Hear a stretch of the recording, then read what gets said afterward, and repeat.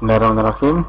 Baik, rekan-rekan mahasiswa semuanya, berikut akan saya sampaikan materi dengan judul pengantar teknologi informasi atau pengenalan teknologi informasi.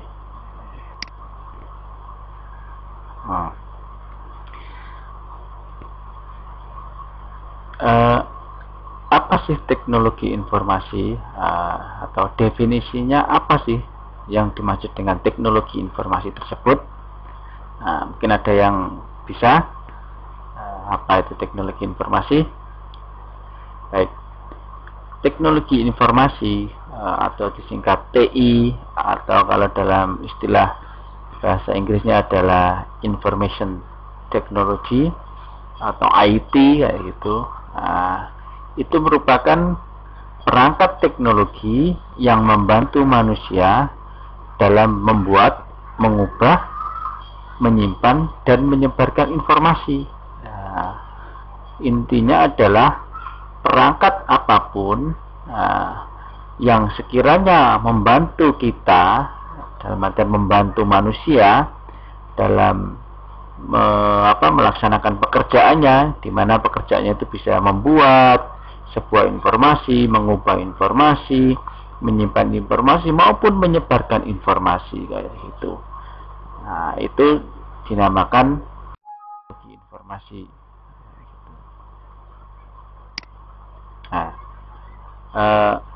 Jadi kalau kita amati ya sebenarnya ya merujuk ke komputer kayak gitu.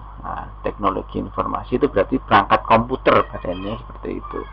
Cuman kalau ngomong komputer ya tidak hanya sekedar komputer saja, tapi sebuah sistem yang sekiranya bisa dipakai untuk membantu pekerjaan itu, apalagi dengan kondisi sekarang globalisasi, kita bisa harus koneksi ke internet.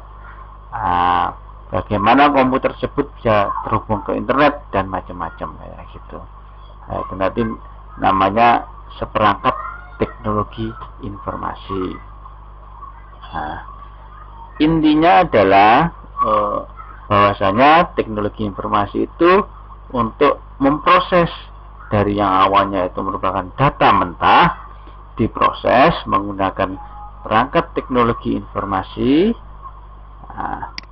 terus akhirnya dihasilkan sebuah informasi yang bisa untuk menyimpan atau untuk disebarkan informasi tersebut kayak gitu. Baik, kenapa kok perlu adanya teknologi informasi kayak gitu? Perlunya teknologi informasi itu yaitu membantu pekerjaan manusia, di mana pekerjaan manusia atau pekerjaan kita itu semakin kompleks. Dalam artian kompleks itu semakin banyak, semakin tuntutan pekerjaan itu semakin bermacam-macam, sehingga perlu adanya teknologi informasi, sebuah teknologi untuk membantu pekerjaan manusia tersebut kayak gitu. Yaitu adalah ya seperangkat komputer tentunya kayak gitu.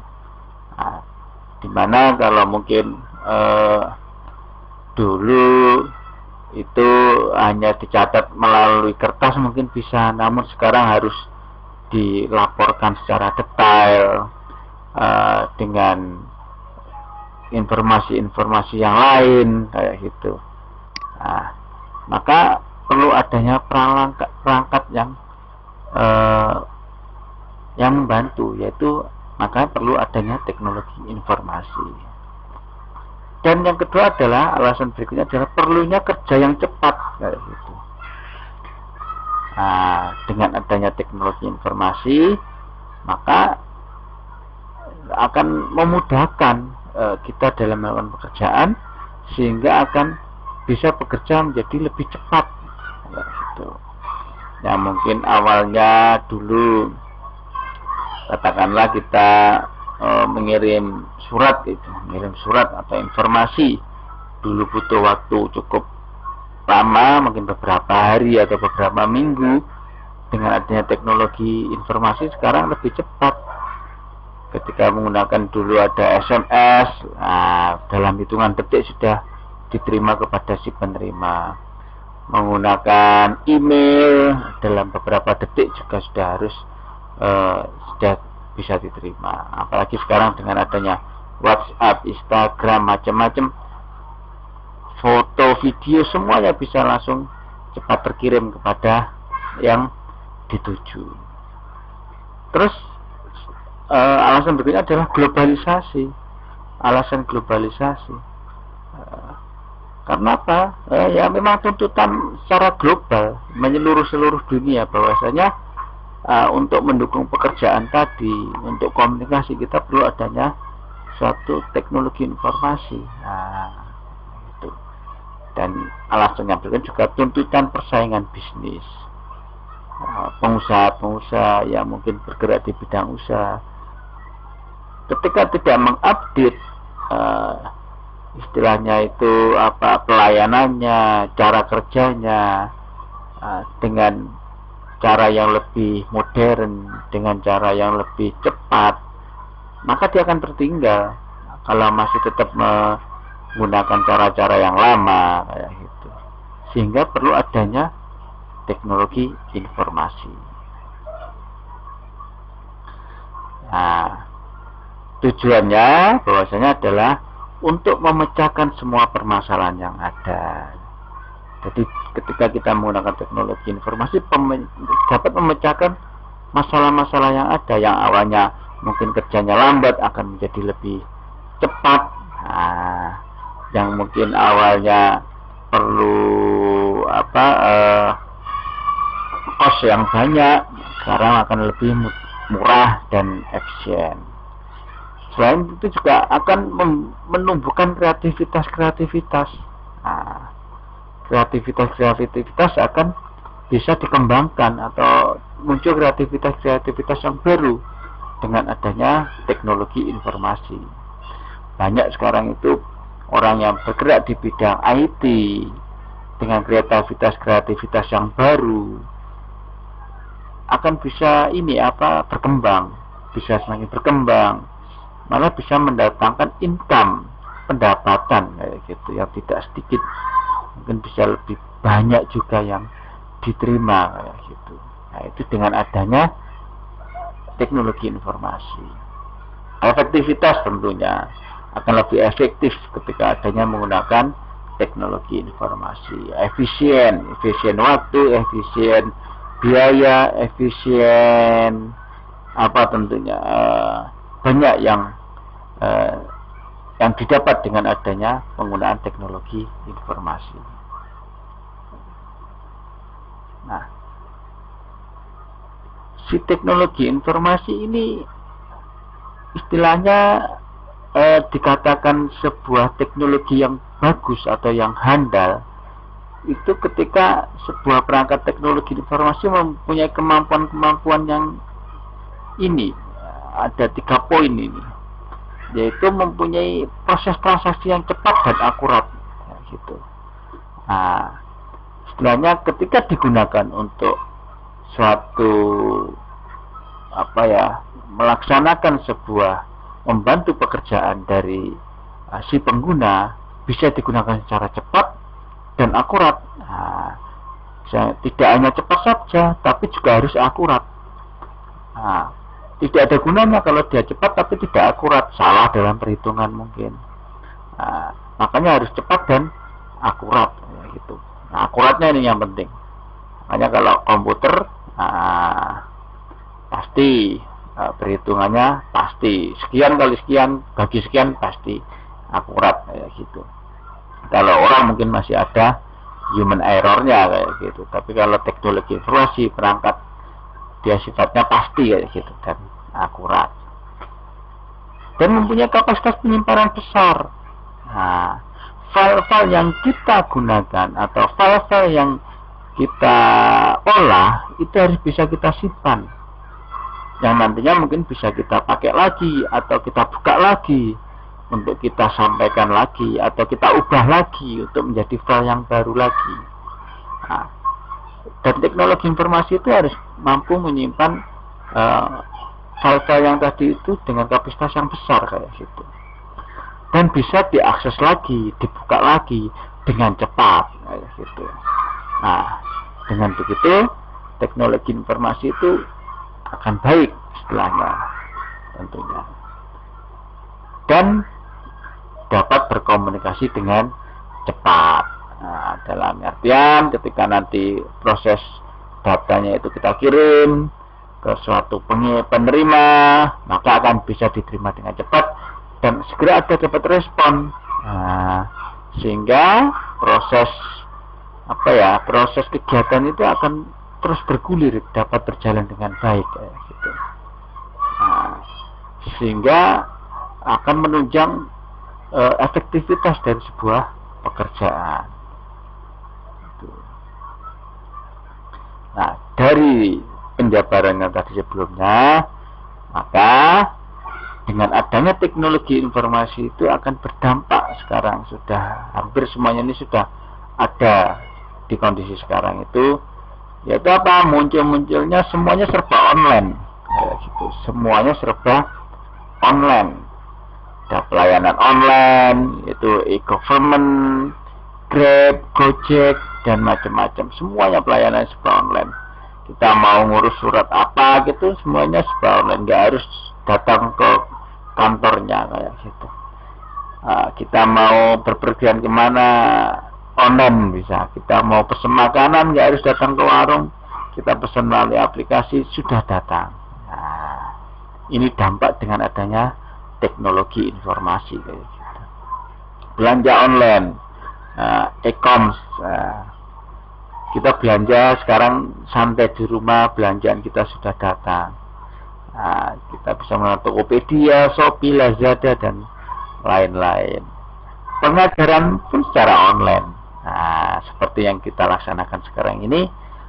Pengajaran perkuliahan tidak harus dengan tatap muka, tapi bisa dilakukan secara online. Nah, ini dampak dengan adanya teknologi informasi. Mungkin semisal ternyata teknologi informasi itu tidak berkembang seperti ini, dan ternyata ada wabah pandemi virus corona seperti ini, ya mungkin tidak bisa dilaksanakan secara online, gitu. Karena teknologi informasinya belum mendukung. Mungkin sekitar 20 tahun yang lalu kayak gitu, mungkin ya perkuliahan mungkin dihentikan kayak gitu.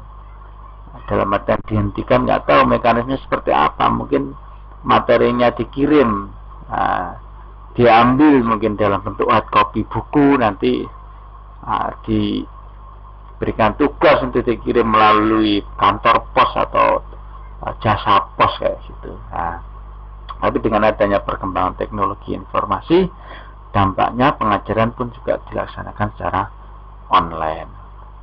Rapat pun juga sekarang online, tidak harus ketemu, dengan Google Meet, dengan Zoom, dan lain-lain.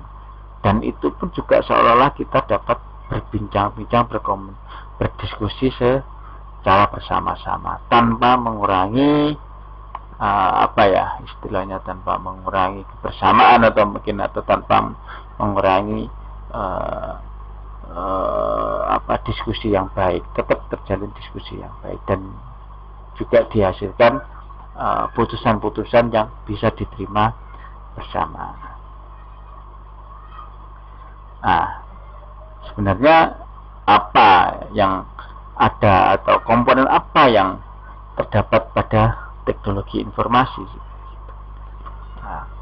Ada 4 poin, yaitu hardware, software, brainware, dan firmware. Hardware, ini perangkatnya. Hardware keras, jadi sebuah perangkat kerasnya, sesuatu yang bisa kita lihat, bisa kita pegang. Itu hardware, komputer, laptop, smartphone, dan lain-lain. Berarti itu masuk dalam hardware gitu.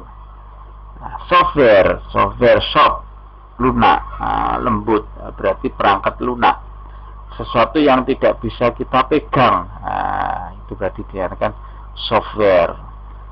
Windows, Linux, Android, iOS, itu merupakan softwarenya. Perangkat tadi, hardware itu ketika tidak ada software, ya tidak bisa tidak bisa digunakan atau tidak bisa nyala kayak gitu. Nah, ibaratnya hardware itu tubuh manusia, software itu adalah nyawanya. Nah, ketika ada tubuh tidak ada nyawanya, ya tidak bisa hidup, tidak bisa beraktivitas. Nah, jadi ini satu kesatuan, hardware dan software itu harus saling melengkapi kayak gitu. Hardware untuk bisa digunakan harus ada softwarenya, dan software pun juga ketika ingin dipakai atau digunakan juga harus ada hardwarenya. Nah, nyawa kalau tidak ada tubuhnya ya akan gentayangan ya, kayak gitu. Jadi harus saling melengkapi, ini hardware dan software ini saling melengkapi kayak gitu. Nah, ketika sudah ada perangkat komputer atau laptop, sudah terinstall programnya atau softwarenya, sudah lengkap bisa menyala. Nah, yang tidak kalah pentingnya adalah brainware. Brain itu adalah otak ya, istilahnya adalah keterampilan, keterampilan penggunanya kayak gitu. Ketika ada misalnya begini, ada laptop yang dengan spek yang bagus, katakanlah keluaran terbaru, dikasih software yang terbaru juga yang bagus, namun ketika penggunanya yang menggunakan laptop ini tidak mempunyai keterampilan yang bagus dalam menggunakan perangkat teknologi informasi, juga tidak akan bisa maksimal kayak gitu.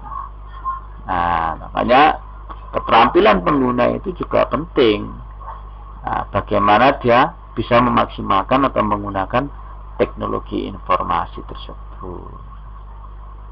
Dan berikutnya adalah firmware. Firmware ini adalah aplikasi, kayak gitu. Aplikasi yang digunakan untuk membantu si brainware tadi untuk bisa berkembang, kayak gitu. Firmware-nya apa ya, tergantung untuk apa ini. Katakanlah kalau untuk presentasi seperti ini ya menggunakan Microsoft Office, PowerPoint.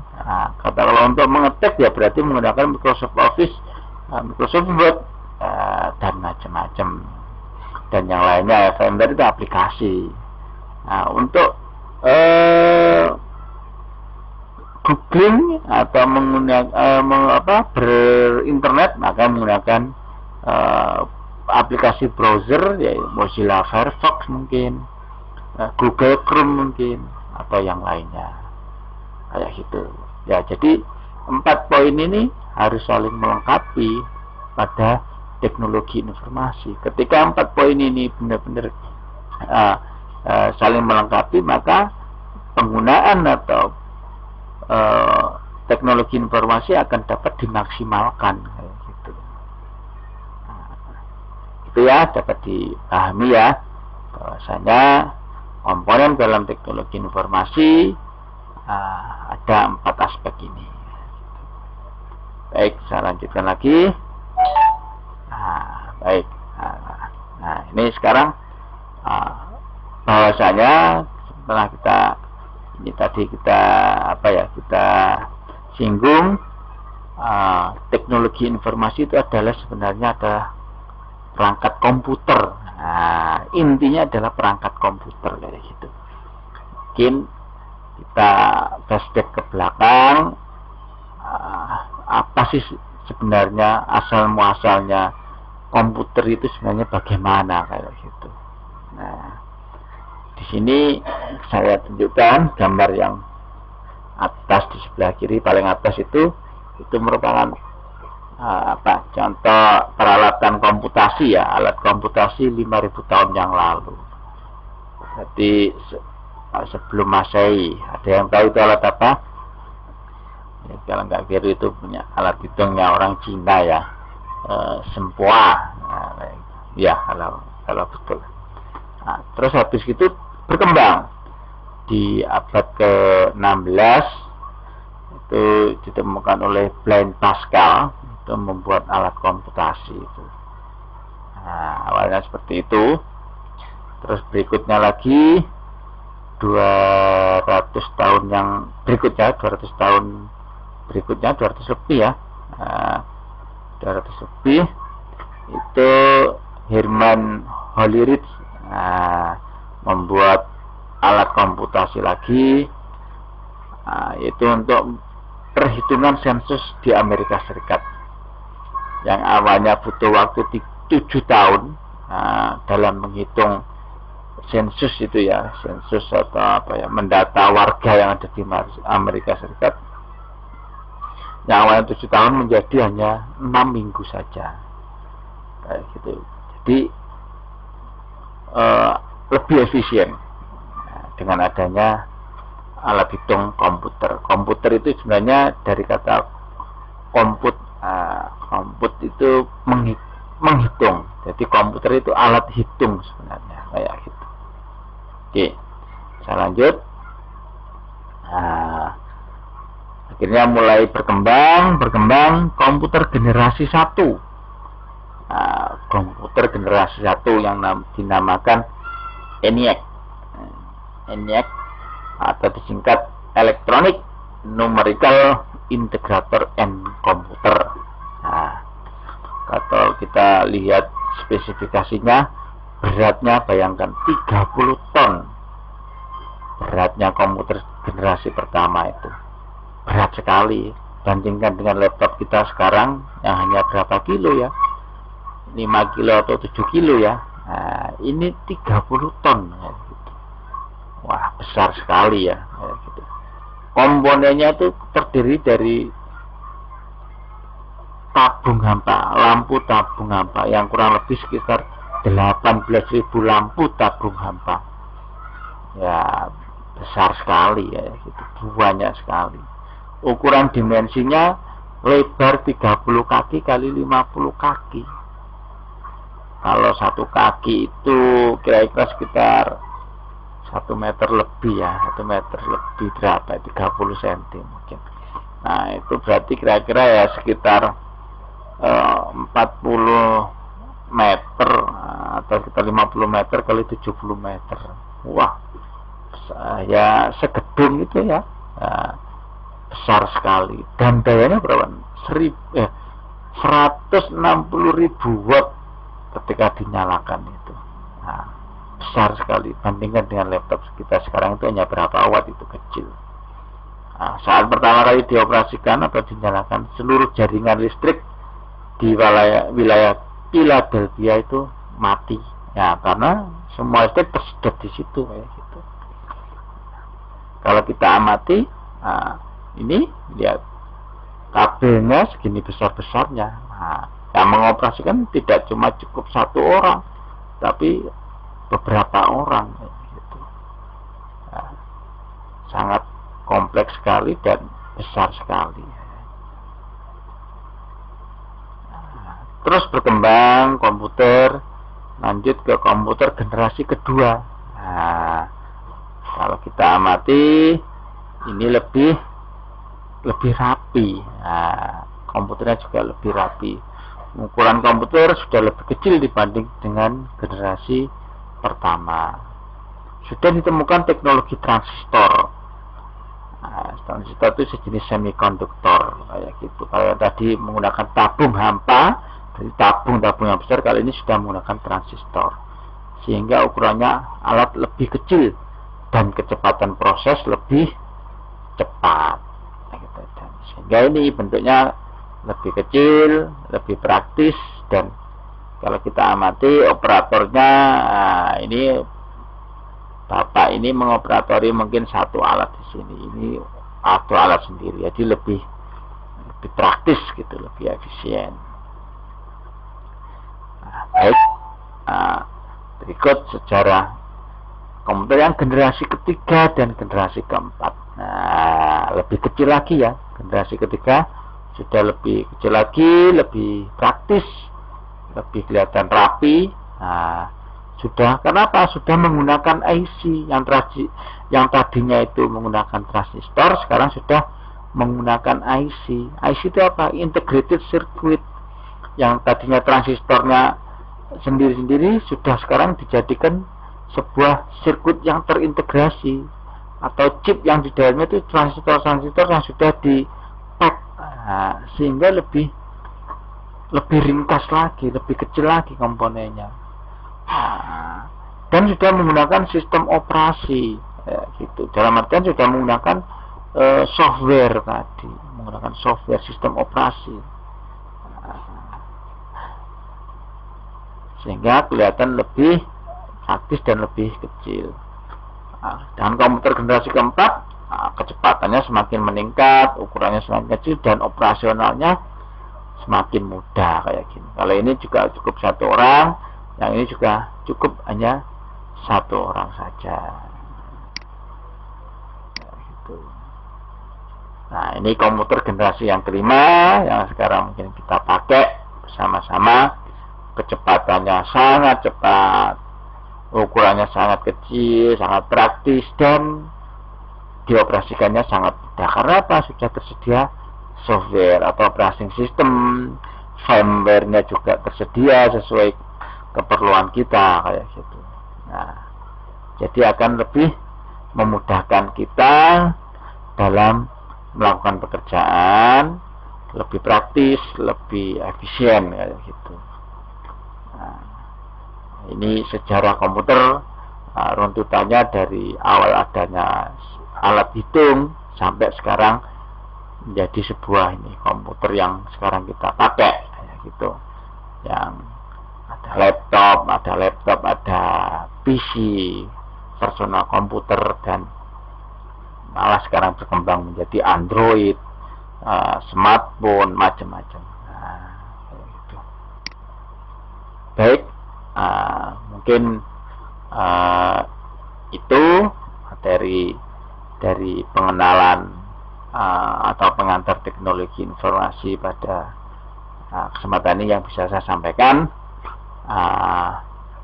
Kiranya ada yang kurang dipahami atau ada yang mau didiskusikan, silakan nanti bisa didiskusikan melalui media pembelajaran, bisa menggunakan Google Classroom atau di WhatsApp group. Sekian dari saya, terima kasih. Assalamualaikum warahmatullahi wabarakatuh.